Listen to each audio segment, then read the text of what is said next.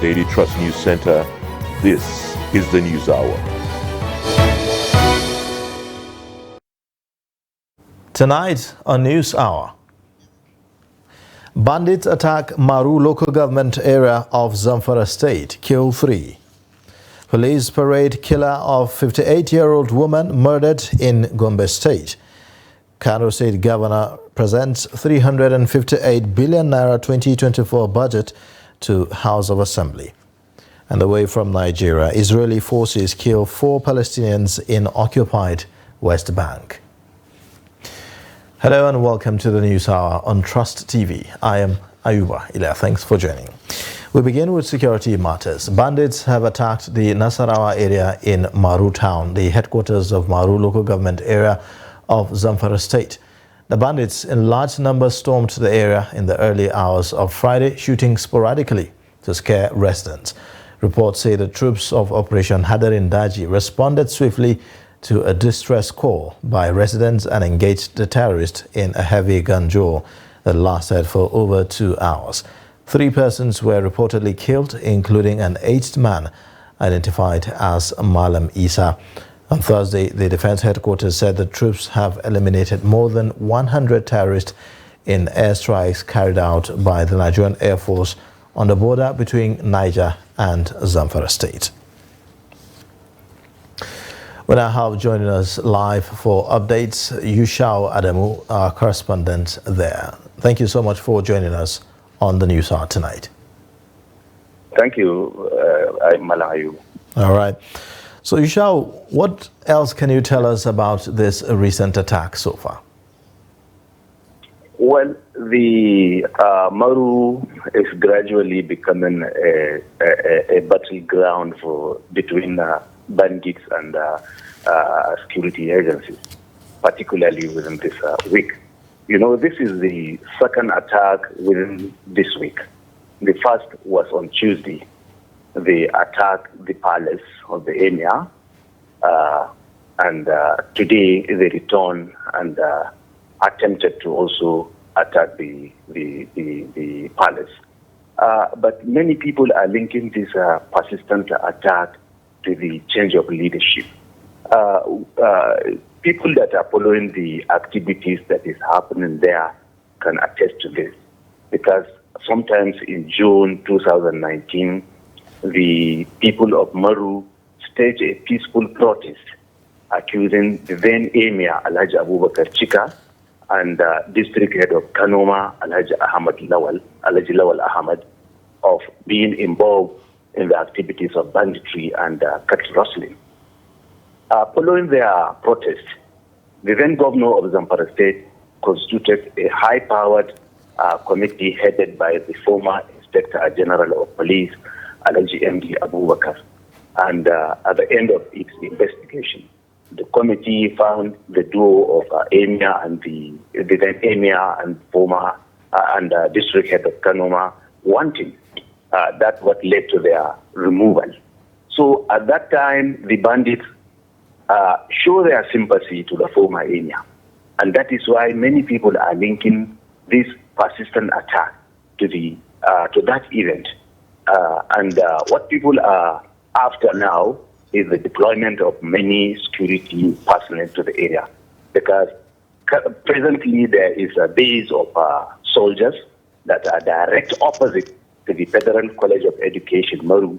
But unfortunately, these bandits continue to have attacked the town of Maru and some major towns around, including Dansadao.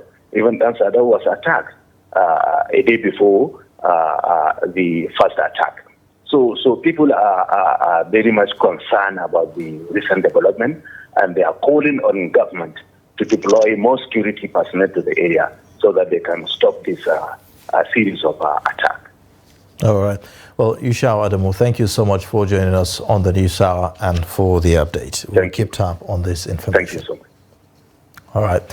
Now, staying with security matters, the police in Gombe have paraded the suspected killer of Aishatu Abubakar a 58-year-old woman who was brutally murdered in Gombe State. The suspect, Mustafa Adamu Isa, has confessed to have acted alone while committing the crime. Trust TV's Ibrahim Ismail reports. This is Mustafa Adamu Isa, popularly known as Abbati, an 18-year-old suspected killer of Aishatu Abubakar, a resident of Jekadafari in Gombe Metropolis. The suspect allegedly killed the victim on the 20th of October 2023 at her residence in Jekadafari. According to police investigation, the suspect broke into the residence of the victim, who is his neighbor, claiming to be searching for a spanner she seized from him, but allegedly killed her after she asked him to leave. The suspect mentioned above was arrested on October 22, 2023 at around 01:30 p.m. in connection to the case, following credible intelligence received by the investigative team, which was constituted by DC Operations CP Hayat Usman on behalf of the command.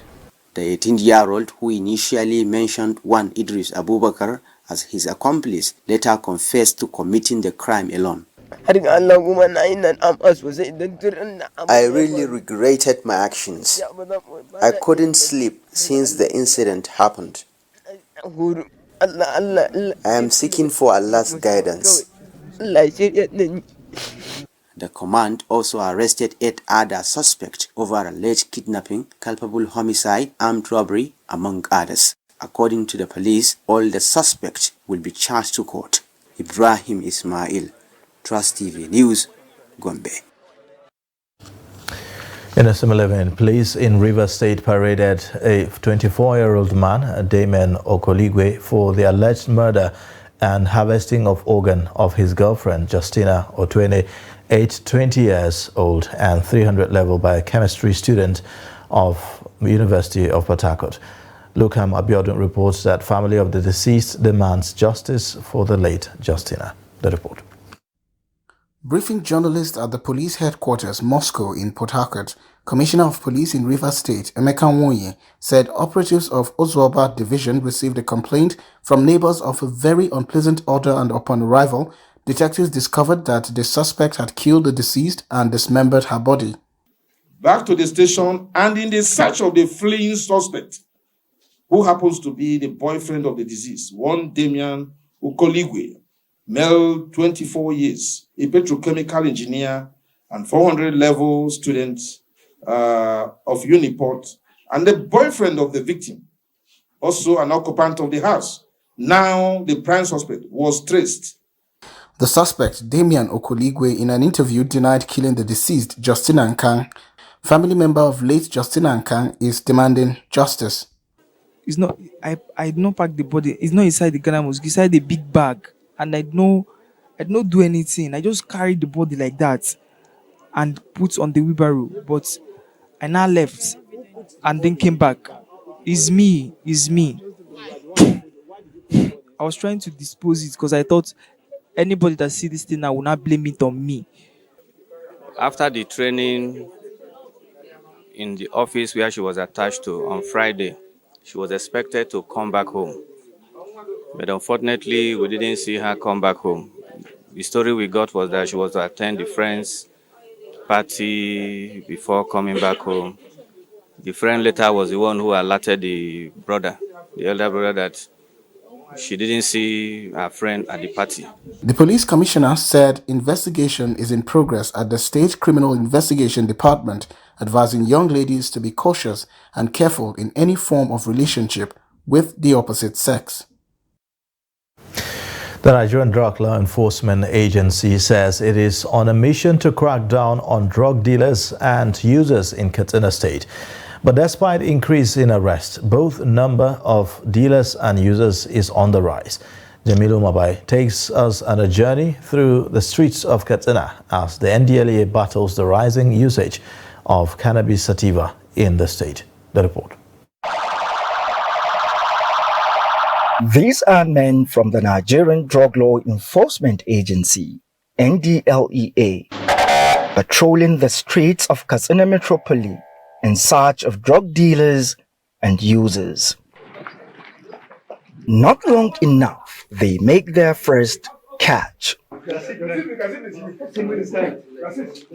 A group of young men smoking cannabis sativa, also known as marijuana. This is a house where dealers and users used to gather, sell the exhibit and smoke the exhibit. So now we are taking them to our office for further investigation.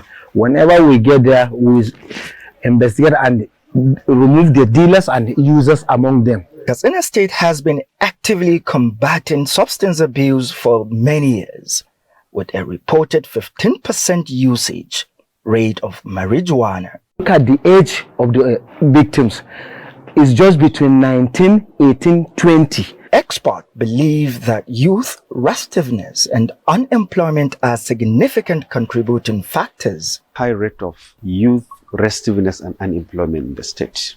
2, lack of policies and program that will engage our teeming youth in the state by the government.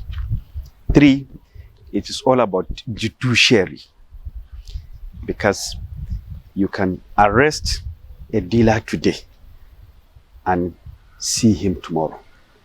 Despite the agency's intensified efforts in arresting both dealers and users, the numbers continue to rise. Marijuana is typically smuggled illegally into Katsina, often originating from the southwestern parts of Nigeria. As night falls, the number of arrests increases. I was inside a house where the place I enter the house, use the Indian hymn and smoke it. That is it. For how long have you been smoking? It's not long, almost 7 to 8 years. Why are you smoking? I just smoke it. You need to go to rehab? No. Yeah, I can quit it because I was not born with it.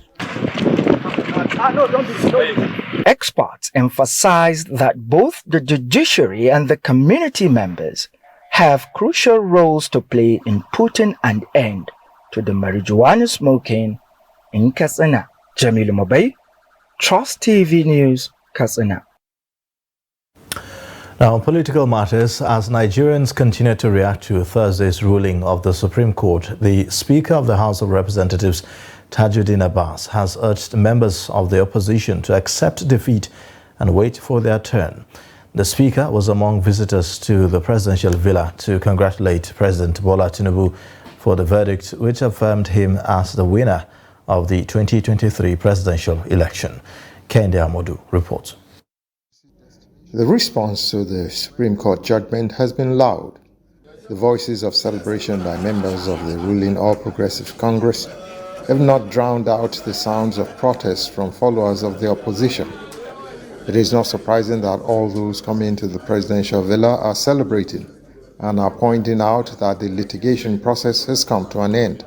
For the peace and stability of this country, all the judicial issue has been exhausted now, and it is now time for governance. And I believe that with the renewed hope agenda of Mr. President, the 8 cardinal points of Mr. President, I think this country has seen a renewed hope. The law is the law, and it deals with the commonsensicals and logic. It's logic. What you say comes back to haunt you. What you present is the same thing. So these are people who are quite meticulous with the books. So they listen to your arguments, your presentations, and everything you do is accounted for. So at the end of the day, they say, this is our victory, and that is our victory, because logic is applied. The theme running through all their messages is that this victory does not belong only to President Tinubu and the ruling APC, but to all Nigerians. After this pronouncement, we have no excuse but to go back to business as usual, to go back and reset our agenda and see what we can be able to do for the people of Nigeria for the next 3.5 or 4 years. They should take heart. There is always one victor at a time. This is Aswaju's time. I think it's now time for everyone to get together so that we can rebuild our country, rebuild the economy, support Mr. President, and I'm sure Mr. President will be more than happy to call on all those, even those who have taken him to court, to call on them to come and give their contributions, because as far as this country is concerned, we need everybody in order to move on. The Supreme Court had on Thursday dismissed the appeals filed by the opposition People's Democratic Party and the Labour Party, as well as their candidates Atiku Abubakar and Peter Obi. From State House Abuja, Kehinde Amudu, Trust TV News. The federal government is calling on Nigerians and parties involved in the adjudication of the 2023 presidential election at the various courts to sheath their swords in the interest of unity and national development. The Minister of Information, Mohammed Idris, made the plea while briefing journalists on the heels of the Supreme Court verdict, affirming President Bola Tinubu as the legitimate winner of the 2023 presidential election. Trust TV's Sagir Ibrahim was there and now reports.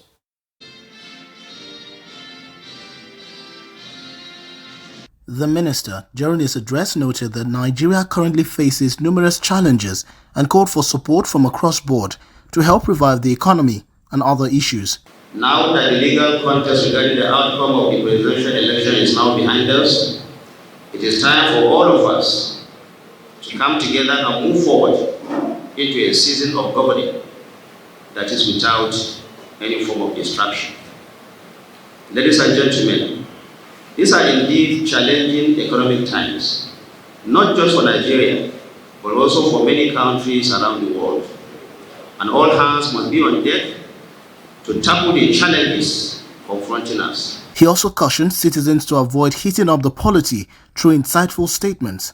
He re-echoed the need to remain patriotic and put the interest of Nigeria before individual interest. It is pertinent that all of us come together again in the interest of our country.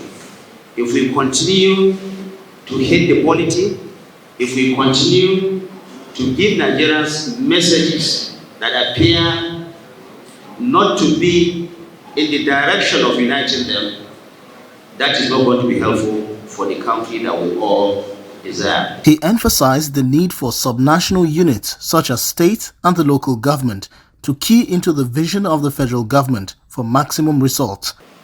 We will not abdicate our responsibilities as a federal government, but it is also important to explain that we cannot do it alone. State and local governments have very important roles to play, and this is why the President has an open door policy when it comes to engaging with the state governors. This is a joint venture. Issues of development cannot be left in the center alone. It is pertinent, and the President has always said that while the center drives the process, the subnationals also have critical roles to play in ensuring that good life return to their citizens. The Information Minister pledged that the Tinubu-led administration will continue to strive towards ensuring that plans are put in place to address the economic situation of millions of Nigerians in the short, medium, and long term. Sagir Ibrahim, Trust TV News, Abuja. Residents of Yola, the Adamawa state capital, are divided along party lines following the Supreme Court judgment affirming President Tinubu's victory in the 2023 presidential election. While members of the People's Democratic Party described the Apex Court's verdict as appalling and disappointing to Nigerians, loyalists of the All Progressives Congress, APC, said that the verdict is a victory for all Nigerians. Salis Lawan reports. Reacting shortly after the Supreme Court judgment, some Yola residents said recent development in the nation's judiciary do not affirm the notion that the judiciary is the last hope of the common man. A member of the People's Democratic Party, Yakubu Jona, said Nigerians are still at a loss as to how the Supreme Court condoned the serious issues of forgery, falsehood, and perjury put forth by the petitioners in the case. We don't agree with the judgment. It was not a fair judgment, and it is a wrong judgment because there are so many evidences that can disqualify the president, but we know he cannot be disqualified because he has spent a lot to the judiciary, he has spent a lot to the politicians, he has spent a lot to the security. This is for sure. We know that nothing will come out of that judgment, so we expected it. However, members of the All Progressive Congress welcomed the Supreme Court judgment. So I think the court has done a lot, and given the state that they have to operate under a difficult atmosphere, it's yet another historic moment for us, and I think we should give the Nigerian judiciary another form of kudos. It was indeed a nice one. We are very satisfied and happy. But we have to say one or two for him as the president. They have to know that as a president, he's not a president of APC alone. He is a president of any party member in Nigeria, and even people that are not partisan. And he has to be united, both south and east, and make sure he call all these aspirants that they have went to the court together and sat with them and call them so that to support him in making Nigeria forward. They passionately appeal to President Bola Ahmed Tinubu to seriously work on the economy to alleviate the sufferings of Nigerians. But we hope he is going to change. Now that the judgment is over, he has no distraction now. No distraction at all. He should now consolidate. He should now focus on how to make Nigerians eat at least twice a day. People are going hungry. People are hanging themselves. People are dying of hunger. Small sickness, you go to the hospital, you just die. It's hunger. There is hunger in the country. You should address that. If you address that, the common man has no any problem. Please, this our government have to look into it. We are buying dollar today 1,250 and still be increasing. So please, I call to the President Bola Ahmed Tinubu. He has to look for the common man, especially when you come, as I say, about that PMS price and that commodity, day-to-day activities, and this exchange rate. And let him be united, unite all Nigerians, and make sure we go as Nigeria one nation. With the dust now settled, Nigerians are expectant that the APC-led federal government will focus on fixing the economy and addressing other challenges confronting Nigeria and Nigerians. Salis Lawan, Trust TV News, Yola. Now, sacked member of the House of Representatives for Yola North, Yola South, Gire Federal Constituency, Mohammed Salihu, has refuted claims that the Court of Appeal has barred him from seeking or holding public office in the future. Mohammed Salihu, who also disagreed with the verdict of the court, says that the National Assembly needs to review judicial reforms to allow the Supreme Court have the final say on National Assembly litigations.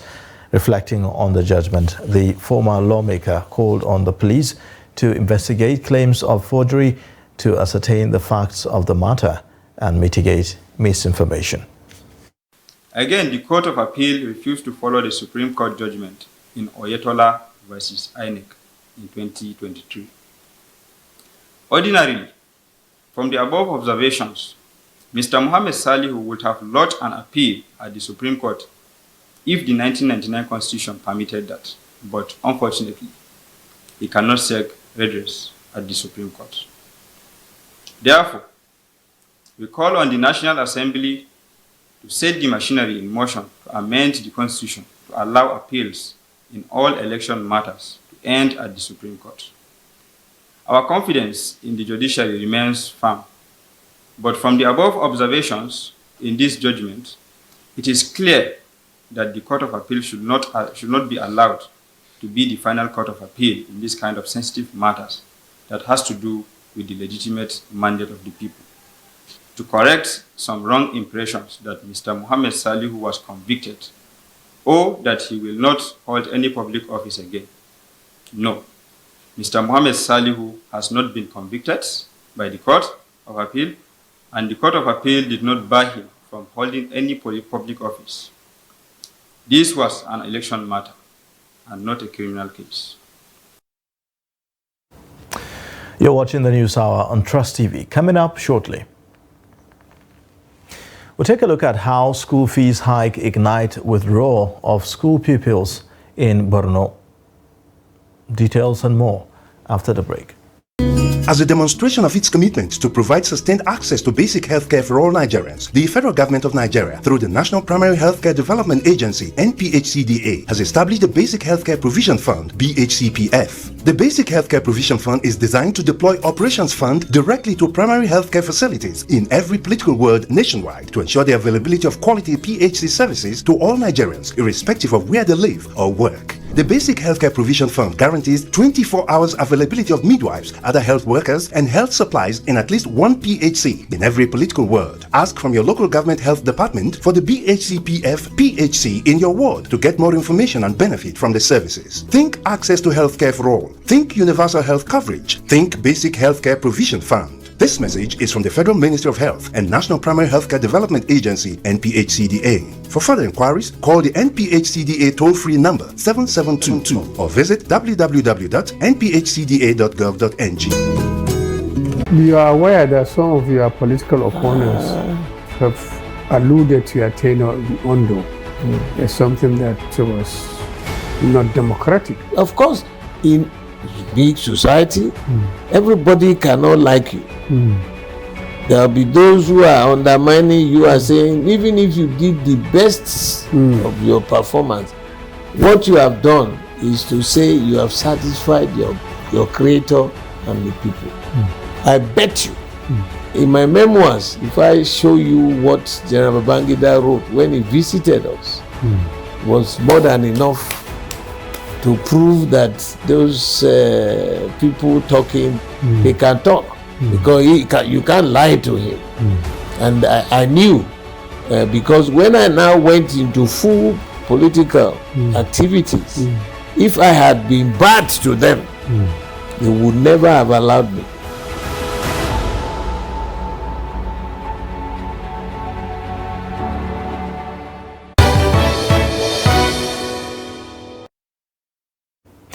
Welcome back. This is the News Hour on Trust TV. Let's take a look at the top stories. Bandits attack Maru local government area of Zamfara state, Q3. Police parade killer of 58-year-old woman murdered in Gombe state.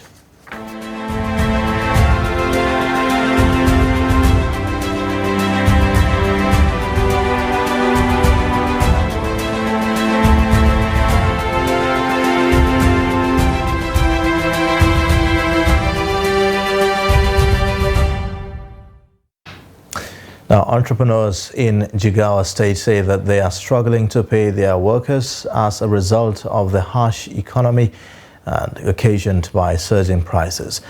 They stated this while reacting to the falling value of the naira against foreign currencies, especially the dollar, in the forex market. Trust TV's Adamu Imam files in the report.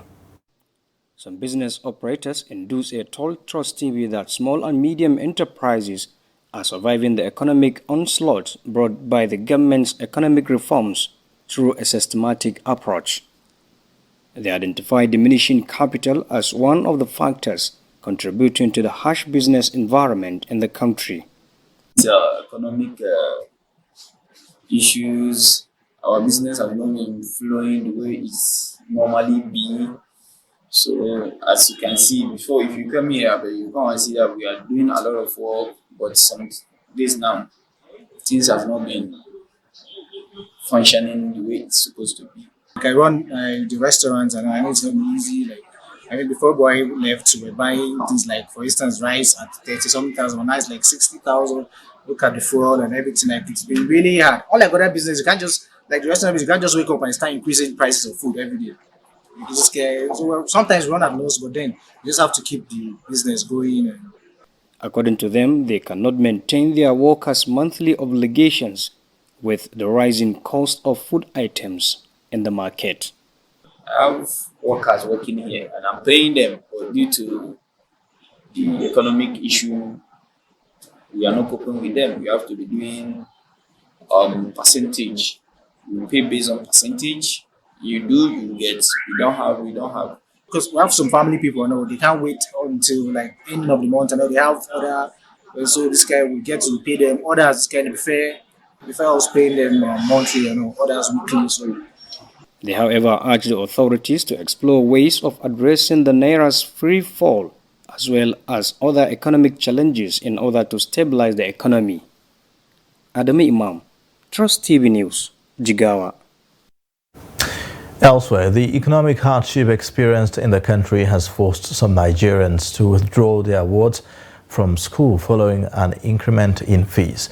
Trust TV's Bitrus Kuruti, who spoke to some parents in Maiduguri, said the current situation in the country is a struggle for survival for them first, while every other thing is secondary. The purpose of being educated is to ensure personal and national development and also make for better citizens in the country. It is also to help people earn a living through decent jobs. Over time, there have been global calls to make education accessible and affordable for children. However, the present economic state of the country and the hike in school fees is making it difficult for some parents to further their children's education. Abiso Marti, a father of 6, says he couldn't afford the reviewed fees and as such decided to withdraw them from school. He stressed that the growing economic hardship leaves him no choice as feeding is becoming difficult for his family. I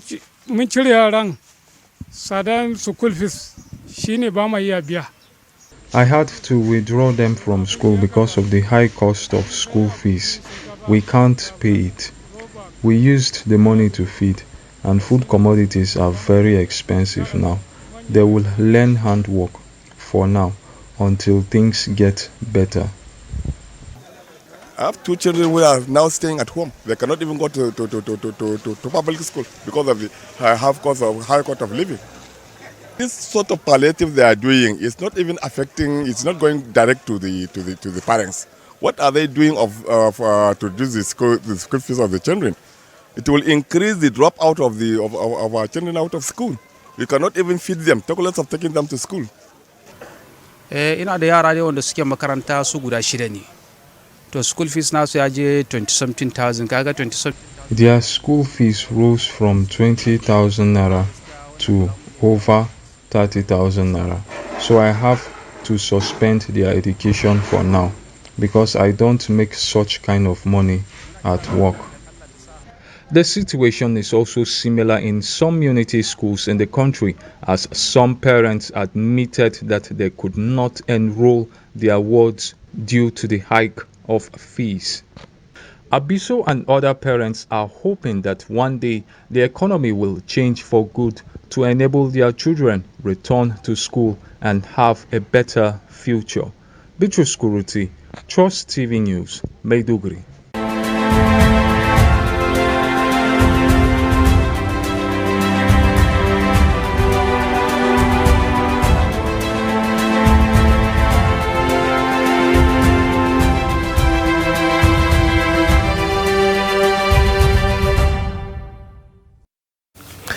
The wave of security challenges continues to be a source of worry despite huge money spent by successive governments in Nigeria. In Benue State, residents say that one of the strategies that have worked in the past was the involvement of community in internal security.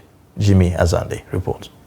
The residents say introduction of vigilante groups to help the conventional security agencies in fighting criminal elements will bring positive results. This, they said, was a situation in most communities in the past. Because they are people who are the indigenes, and so they know the problems, they know their terrain, they know who are the visitors, and they know who, even among community members who are, have criminal tendencies. So it's always good that, that level of security machinery, we know how best to handle security situations.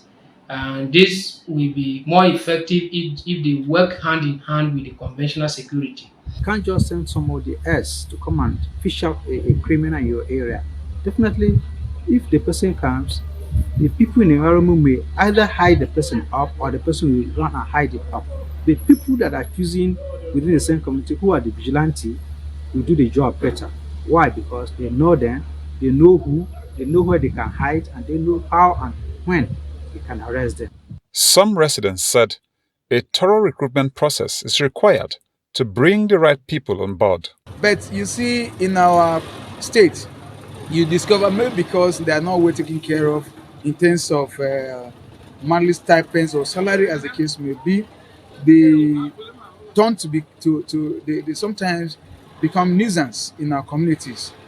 They exploit people as if, to me, I sometimes I feel they who are supposed to be guiding and protecting people at the rural communities turn to become the problem of our society, because you see them at night pretending to be our security, yet we have issues of criminality still going on within the community. The Otom-led government introduced the community volunteer guards in its bid to upgrade security in the state. At the moment, the impact of the over 2,000 personnel is not felt in most Benue communities. Jimmy Azandi, Trust TV News, Makurdi. The Nigerian Navy has flagged off Operation Sea Guardian as part of efforts to address maritime security. The exercise is aimed at tackling security threats within nation's maritime domain and around the Gulf of Guinea. The report. The Chief of Naval Staff, Vice Admiral Emmanuel Ogala, who flagged off the exercise, said it would foster cooperation among the Central and the Eastern Naval Commands, who are collaborating to carry out the exercise. Represented by Rear Admiral Zakaria Mohammed, the Chief Training and Operations Officer at the Naval Headquarters, Ogala said at the end of the exercise, insecurity in the waterways would reduce to its minimum. Earlier, the flag officer commanding Central Naval Command, Omar Chugali, had warned criminals to stay away from the Nigerian maritime space.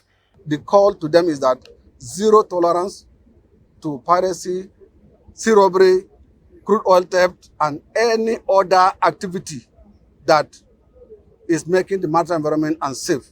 We are out for them, and definitely it is our mandate we must achieve. Constantly, we check on ourselves, we police ourselves, and any erring officer is disciplined and taken out of the service accordingly. So we are doing our best to present the best foot forward in our deployments, both of personnel and of assets. Chugali called on community leaders, youth and individuals where illegal refining is ongoing to collaborate with security agencies to curb crude oil theft in the Niger Delta region. The deployment of new area controller of customs to Katsina State has rekindled hope in the minds of residents in border communities of the state. Residents of border communities in the state have suffered untold hardship in the hands of customs operatives in the past. Abdullahi Amadi reports. Residents of border communities told the newly posted area controller of customs on formalization tour that they are beginning to see hope for mutual relationship and that the meeting between them and customs operatives should be sustained. We can see some kind of changes since the arrival of the newly posted customs boss. Our major hope is for the customs officers treat us as human beings. Don't forget, we have had situations where hundreds of residents are killed because of a single bag of rice or a single carton of spaghetti.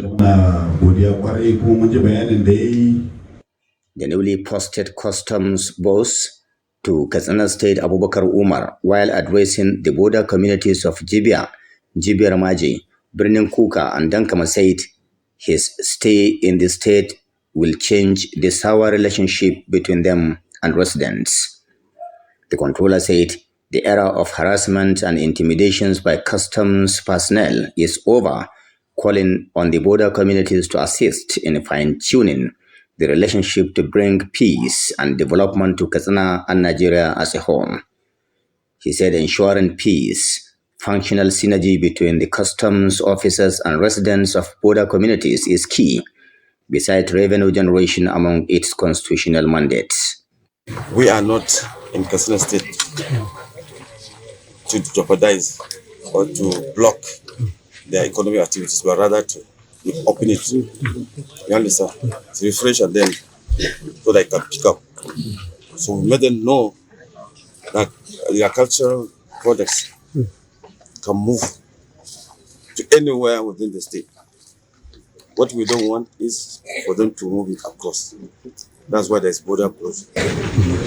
The controller, who is concerned about insecurity bedeviling some of the communities in the state, said his personnel, especially at Jibia Maji, Magamar Jibia, and on Jibia Katsina Road, only operate during daytime and asked residents to assist in changing the narratives. He also called on traditional institutions and other key stakeholders to assist the service in confronting its challenges, which will further boost the economic status of the state. Abdullahi Izuma Yamadi, Trust Television News, Katsina.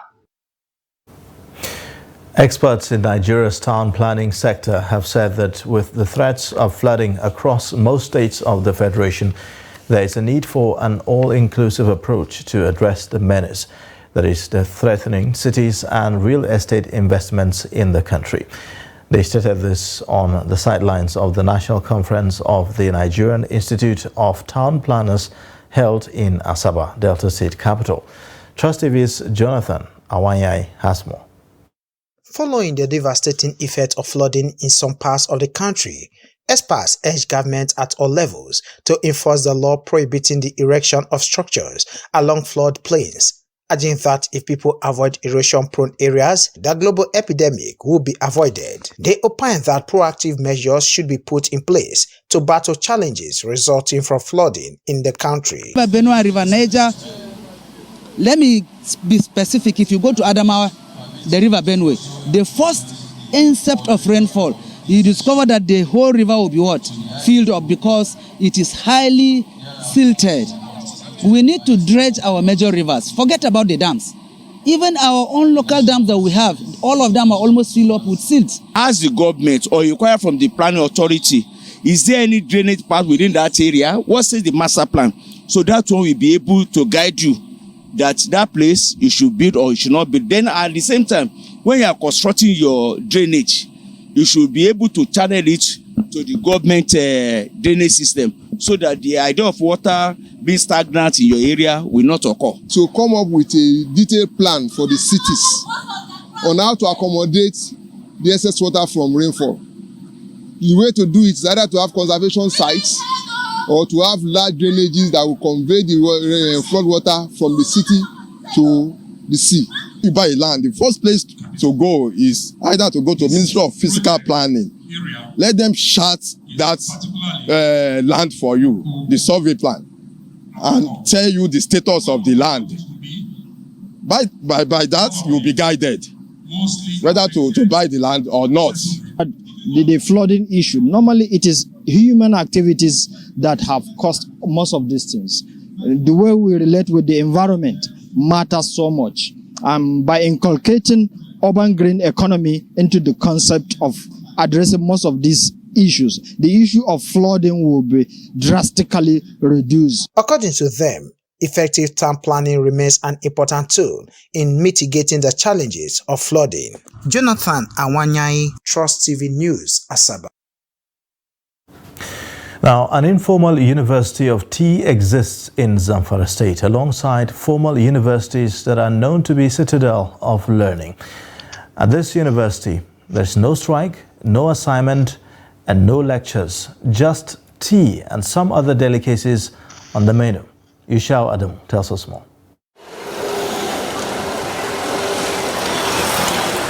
Unlike in the formal university, where education is being acquired in various fields of human endeavors, people come to the University of Tea for the purpose of refreshing themselves with a cup of hot tea. As the name implies, University of Tea specializes in serving interested customers with varieties of beverages and fast foods depending on customers' choice and affordability. Wannan shayi wanda ake hada nan University of Tea karkashin jagorancin shi manajan director Sani to shayi ne wanda kana iya samu shi da kayayyakin da ke. This tea that is being processed at the University of Tea contains nutritious ingredients that helps body. Ingredients like mint leaves helps in normalizing BP. Alhaji Sani is always conscious about the expiring dates of the milk he sold to customers, and he uses ginger and other ingredients based on doctor's advice so that the tea will not harm the customers. I and the entire members of my family patronize this tea. Bisa ga wannan ne kaga iyalina suna da sha'awa da wannan shayi nashi, sannan ni ma ina da sha'awa saboda yana yin shi ne a matsayin magani. Services at this informal university start as early as 6 a.m. and end at 12 a.m. daily, according to the founder and vice chancellor of the university, Alhaji Abdullahi Magawata.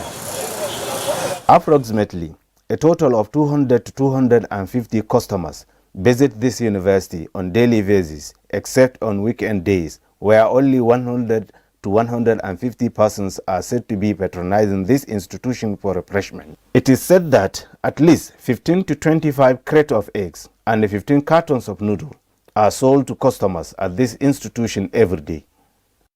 Here at the University of Tea, we serve our customers with varieties of beverages like tea and milk, tea and egg, Indomie and tea, Irish and plantain, Irish and egg, and Irish and liver. In the morning, we sometimes sell white rice and stew as well as masa to our customers. University of Tea has graduated over 50 students who mastered tea making for the purpose of business. Graduates of this informal university are conducting their businesses at 25 different locations within Gusau and the environs as faculties of the university. We don't have anything to say regards to these except prayers. We are proud of this place. From Abuja, Kaduna and Sokoto, we all have customers who send errands just to come and get this tea in a flask.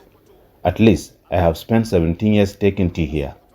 The way we are used to living here, even in our houses, we don't live like we do here.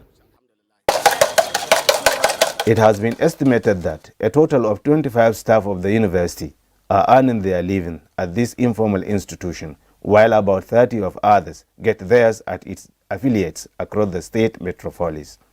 This tea is special to many people within and outside Gusau. I can remember when Alhaji Sani started this business at this place. God was so kind. He started with empowerment money he got during former President Obasanjo's regime. We are fully satisfied as we are constantly craving for it. As you can see, this is where, while the formal universities are producing millions of talents in various fields of human endeavors, the University of Tea is at least producing scores of self-reliant young men, thereby reducing unemployment and poverty in the state. Yusho Adamu, Trust TV, Gusau. Perhaps you should then consider enrolling yourself into that university as well. Now, Kano State Governor Abba Kabir has presented 2024 budget to the State House of Assembly on Friday. The total budget size is 357,805,415,034 naira. The governor said that if approved, the budget is expected to address critical infrastructure need in the state. Governor Yusuf told the House that the total recurrent revenue is higher than that of the fiscal year 2023 by over 1 billion naira. And value-added tax, the total recurrent revenue is higher than that of the fiscal year 2023 by 125 million, 1,178,804,703 naira.69 kobo, representing 59.75, averagely 60% increase. The African Development Bank and its partners have voted $1 billion to fund special agro-industrial processing zones in 24 states of the nation. Other partners that voted for the money include the Islamic Development Bank and the International Fund for Agricultural Development. This was announced on Friday by the AFDB President Akinwumi Adesina at the Norman Borlaug International Dialogue World Food Prize 2023 in Des Moines, Iowa, United States of America. Vice President Kashim Shettima, who is attending the event in pursuance of the food security and diversification policy of the Tinubu administration, the AFDB president thanked Shettima and the president of Ethiopia, Saleh Work Zewde, for their participation in the global event, saying that their presence is an indication that Africa has the political will and is fully ready to tackle food insecurity and make hunger history on the continent. On the foreign scene, Israeli forces have killed 4 Palestinians during raids in the occupied West Bank as its war against the Hamas group in the Gaza Strip continues for 3 weeks. Israel has stepped up operations against Palestinian groups in the West Bank, killing many Palestinians and arresting hundreds. Israel says 1 soldier was killed in a clash during the raid on Friday. Hamas said one of its men was also killed during the Jenin fighting.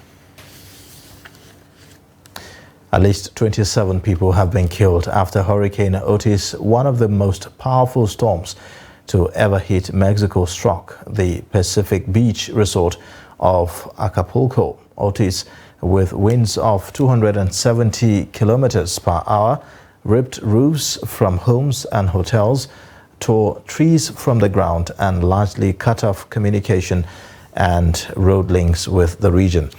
Some hospitals were forced to evacuate patients amid flooding that inundated streets and left cars submerged in a trail of wreckage across the city of nearly 900,000 people.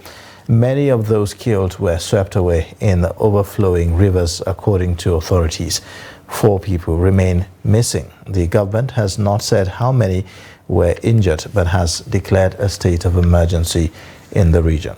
In a matter of hours, Otis intensified from a tropical storm to the most powerful category of the 5-step Saffir-Simpson scale before hitting land, taking authorities by surprise.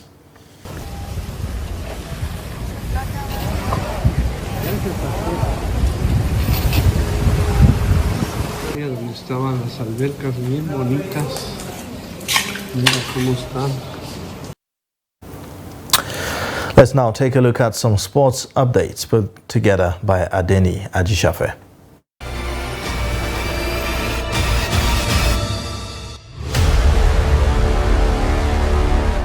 African Soccer Governing Body (CAF) has sent information to Nigerian Football Federation and other qualified countries about the number of players registered for 2023 African Cup of Nations in Cote d'Ivoire. Participating nations registered 28 players for last edition of the competition in Cameroon due to COVID-19. CAF made it clear that it has reversed its decision on the squad list, with each qualified nation to register 23 players for the 3rd consecutive time. 24 countries participate in the competition as 2023 edition kickoff on 13th January 2024 to 11th of February 2024. Nigeria champion Enyimba's quest in African Football League came to an end in Casablanca, Morocco, in a humiliating end in their push for a silverware in the 2023 AFL maiden edition. The People's Elephant were handed a crushing 3-0 defeat by Wydad Athletic Club in the quarter-final reverse fixture, with the Moroccans sealing their semi-final passage on a 4-0 aggregate, having won the first leg at the Nest of Champions Godswill Akpabio Stadium in Uyo. Wydad were quicker off the block, racing to an early lead just 4 minutes after kickoff, with Ayub El Ahmoud hitting the back of the net from Yaya Jabran's setup 8 minutes past the half-hour mark. Jamal Hakas doubled the home side's lead with a finish on the dot of 38 minutes. Ated Allah pulled the eyes on the kick 2 minutes before the half-time whistle.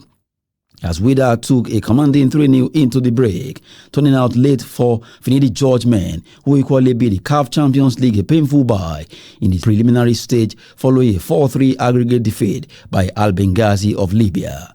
Wydad Athletic Club will now face Esperance of Tunisia, who beat TP Mazembe of DR Congo in the other quarter-final fixture. Enyimba will shift their attention to Nigerian Premier Football League (NPFL). That's Sport News. I'm Adeni Ajishafe.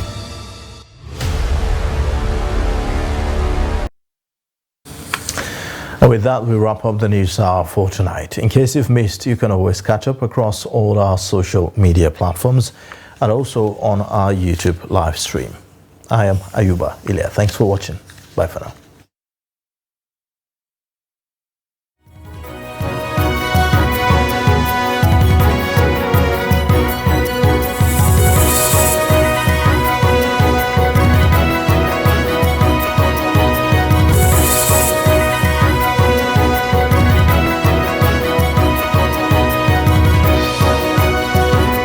From the Daily Trust News Center, this is the News Hour.